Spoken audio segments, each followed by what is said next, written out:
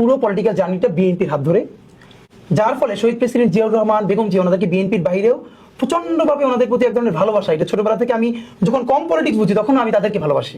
আমার মনে আছে যখন আমি ক্লাস 3 তে পড়ি, আমার বাসা থেকে 1 থেকে 2 মিনিট উপজেলা বিএনপির যেহেতু অফিস, আমার সাথে ফ্রেন্ডরা যখন ক্রিকেট বা ফুটবল খেলতে যেতাম আমি সেটাও যাইতাম, কিন্তু আমি সময় পেলে বিএনপির অফিসে গিয়ে বসে থাকতাম। যেহেতু আব্বাকে সবাই চেনে, আমাদের পরিবারকে ভীষণ সবাই ভালোবাসে শ্রদ্ধা করে, তা আমি গেলে তো একটু এক্সট্রা খাতির করতো, চেয়ারে বসাইতো। কিন্তু আমার মনে আছে আজকে যে আপনার 2001-এর আগ পর্যন্ত 96 থেকে যখন আওয়ামী লীগ ক্ষমতায় ছিল তখন না দেশে আমি ভাবি তখনও বাংলাদেশে না পলিটিক্সটা ছিল। 2000 সনের দিকে আমি মনে হয় তখন 3 তে পড়ি। পারস্পরিক শিষ্টাচার ছিল। কিরকম, যখন বিএনপি হরতাল ডাকতো তো হরতালের আগের রাতে মশাল মিছিল হতো। দুইটা জিনিস হতো, একটা হলো আগের দিন টেম্পুতে করে মাইকিং হতো, আগামীকালকের হরতাল সফল হোক সফল হোক।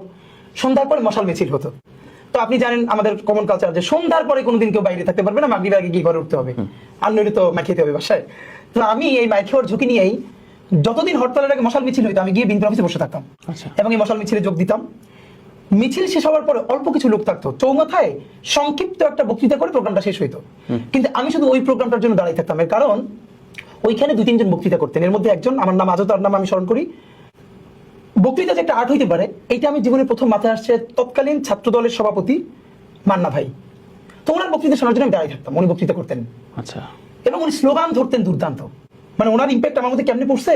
আমি রাত্রিরে বাসায় ফিরে ফ্লাস্ক আছে না, ফ্লাস্ক ভেঙে গেলে যে উপরে খোসাটা থাকে, কথা বললে অনেক শব্দ হয়, আমি বাসায় এসে সেই স্লোগানগুলো দিতাম, দোকানপাট ঘুরবে না, গাড়ি ঘোড়া চলবে না। হিরোইজম পাইলেন আপনি। হ্যাঁ, এবং তার বক্তৃতাটা আমি বাসায় করতাম।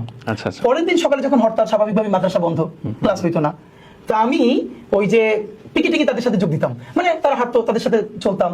এবং হরতালের আগের দিন যখন টেম্পুতে ম্যাকিং হতো, আগামীকালকে হরতাল সফল হোক সফল হোক, আমি তাদের সাথে টেম্পুতে উঠে যেতাম। এবং আমার তখন বলতো যে তুমি বলো। সে সময় রুলিং সিস্টেমের বিরুদ্ধে যে এই যে প্রতিরোধ করা, এটা কি আপনার একদম পারিবারিক জায়গা থেকেই? এখানে দুইটা ব্যাপার ছিল। আমার আব্বা হচ্ছেন শহীদ প্রেসিডেন্ট জিয়াউর রহমানের অসম্ভব গুণগ্রাহী একজন মানুষ। এর কারণ হলো ওনার দুইটা ওনার গল্প। একটা হলো 7ই নভেম্বর যখন ঐতিহাসিক সিপাহী বিপ্লব হয়, আমার আব্বা তখন ঢাকায়। উনি আমাদেরকে বলতেন যে মানে আমাদের বাসায় শহীদ জিয়ার অনিষ্টে নিয়ে আব্বা দিনের পর দিন গল্প করতেন। তো শহীদ প্রেসিডেন্ট জিয়াউর রহমানের যে 7ই নভেম্বর যে ঐতিহাসিক সিপাহী বিপ্লব যেটা আমরা বলি, ওই দিন আব্বা বলতেছে যে উনি দেখছেন যে মানুষ নারায়ে তাকবীর আল্লাহু আকবার বলে মিছিল দিতেছে আর এটাকে কনগ্রাচুলেট করতেছে, ওয়েলকাম করতেছে। আমার উপজেলায় শহীদ প্রেসিডেন্ট জিয়াউর রহমান খালকাটা কর্মসূচিতে গেছিলেন এবং আমেনদের তরফ থেকে আব্বা তার সাথে মিট করার সুযোগ পেয়েছিল। এবং ওই যে তার ইম্প্যাক্ট, তার সাথে চলা, এত সিম্পল লাইফ।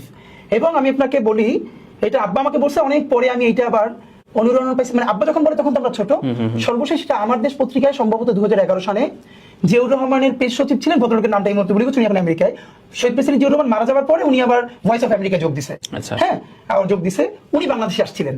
তো আমার দেশ ওনার 2টা ইন্টারভিউ আসছে। উনি একসময় চলচ্চিত্র নায়ক ছিলেন, আর জিয়াউর রহমান ওনাকে ডাইকে আবার ওনার প্রেস সচিব বানাইছিলেন।